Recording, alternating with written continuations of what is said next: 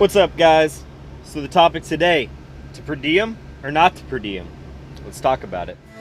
I'm gonna keep on running. I'm gonna fight till I get to the top. With every step I know that I'm not gonna stop. What's up, guys? Welcome back to another episode of Trucking by Night. Today we're going to talk about to per diem or not to per diem. I get this question a lot, whether it be at truck stops, just talking to people, things like that. So let's dive in and let's talk about it a little bit.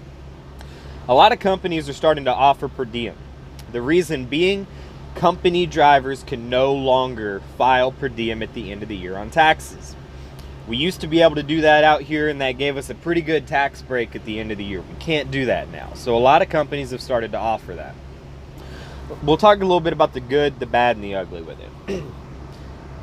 First thing, if you don't know what per diem is a set amount that you can qualify for each day in order to help cover food and living expenses while you're out here on the road.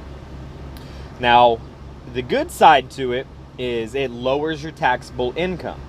So at the end of the year, you've got less money that you can be taxed on, which would then in return give you more money back at tax time. Now that can be good in certain situations. Now, yes, it lowers your taxable income, so that's really the only big pro to it. The cons to it are a long list, guys. The first thing is, like I said, it lowers your taxable income. If you know anything about taxes, your Social Security money is taken out of your taxable income each week. If you take per diem, which lowers your taxable income, you're now lowering the amount you put into Social Security. So you're going to get a higher paycheck at the end of the week. But if you look at your future, when you go to retire, you're not going to have any money in your Social Security fund. So you're not going to be able to really pull anything when that time comes. That's the first big con.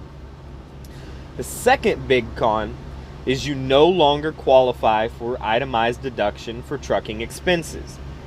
The way they see it, if you accept the per diem, then you shouldn't be able to write off other things, such as if you have to buy a shower, if you have to buy, or you decide to buy a laptop, a TV for the truck, a microwave for the truck, a fridge for the truck. None of that can be written off now. That's a major con in my eyes, because if you look at it and you step back, you can make more by pulling the itemized deduction at the end of the year as far as taxes goes than it's going to be by you making that little bit more money a week. Now, it's really not a great amount of money more, guys. You're only talking maybe $30 to $60 more a week than what you would have normally made. So in the long run, I don't think it's worth it, guys. The next thing, if you go to buy a car, or you go to buy a house, in order to qualify for an auto or home loan, they look at your taxable income, how much you made taxable money. Now, if you're in a position where, say for example, you're making $60,000 a year, but you're on per diem, if you take out the money that you made for per diem for that year, you really only made about $30,000. So guess what?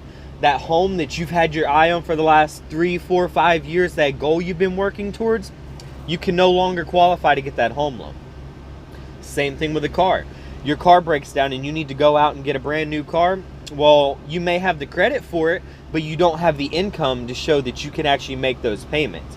Because if you have $10,000 a year that you're going to have to pay on a car note, and they say, well, okay, he only makes $30,000 a year. Well, how is he going to afford to make a house payment, an apartment payment, pay for a car? How's he going to be able to do all this? You're not. They're not going to approve you for it. And I really hate to say it, but that's just the dirty truth of it. Now, a lot of companies out here are going to push the per diem program. The reason why, not only do they get a tax cut for it, but like I said, it lowers your taxable income. The taxes that they have to pay in, the money they have to pay out of pocket, come out of your taxable income. If your taxable income is lower, they just saved a whole lot of money. So guys, to make it short, sweet, and simple, I would not recommend the per diem unless it's something you're just trying to do for a short period of time. If you know you're not going to have anything you can write off at the beginning of the year when tax time comes around, then it may be worth it to look at the per diem to save you a little bit of money. If you're single, you don't have any kids, you don't have any expenses you have to worry about, you're not planning to make a big purchase in the near future, okay, look at the per diem option. But for anybody else out here, if you've got a family, if you know you're going to be trying to buy a house, a new car, or anything like that, don't do it, guys. It's not worth it. Save you the time, save you the effort. Like I said, you're only going to make about $60 to $80 less a week, maybe even less, maybe only like $30. It just depends on how hard you run out here. So just don't even bother with it, guys. Take the tax route. You're gonna thank me in the long run, but this is just a short, sweet, and simple. I appreciate you guys watching my videos. I will be posting 1 to 2 new videos every single week, so make sure you hit the subscribe button below, hit the bell so you get notified when I put out a new video. Once again, stay safe and don't do anything I wouldn't do.